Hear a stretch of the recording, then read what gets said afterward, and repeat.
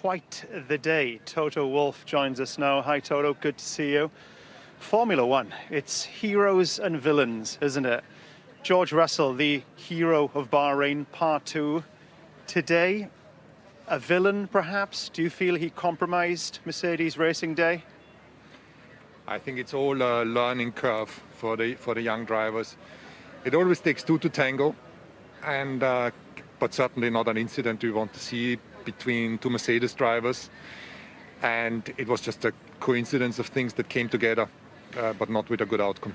Yeah, I think also when he reflects on it, when I've really looked at the slow-mos, especially from an onboard, it shows that at no point did Valtteri crowd him off onto the grass. He sort of went there with the extra speed and momentum. So in my mind, I think he takes the lion's share of the blame. You know, he ultimately crashed into Valtteri.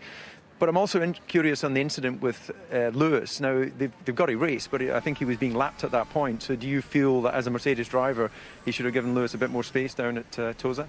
I think he actually wanted to give him space, and that was the problem, because it looks like that he backed up early in order to make Lewis squeeze in, but Lewis ended up on the wet part of the track, and that made him just understeer, and then he had the oversteer that sent him off.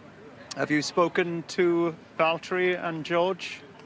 I have spoken to Valtteri, who didn't have a lot of friendly things to say, and I haven't seen George yet.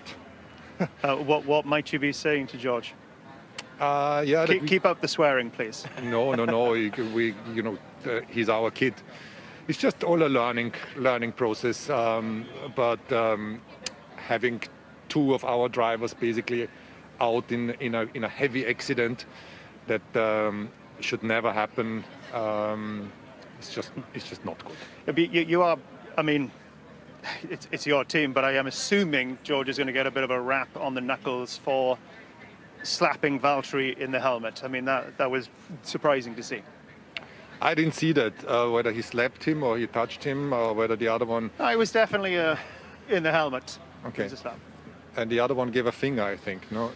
Yeah, less contact involved with that, and maybe justified, but yeah, I was quite shocked to see George do that. I mean, obviously, he's just been involved in a high-speed car crash. What the hell do I know? Yeah. But I was a little bit surprised. But everybody will have his perception, and it's very difficult to judge. They say it takes two for tango. Would you put them both in the room together? Because, again, they're all part of the Mercedes family, so it's better to clear the air that way, I assume. Absolutely, but I want to look at it again. Valtteri has been with us for a long time and rarely involved in high-speed incidents like this. And George is just yet a wild lion, probably at that stage when track is drying up, Williams.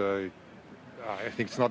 You don't need to prove the point. Can you just for my entertainment? Can you do a really headmaster type stuff and be really angry, even if you're not feeling angry by the time you get them there? I just think it'd be great to film that moment. Yeah, I'll keep my camera on and then I show you privately.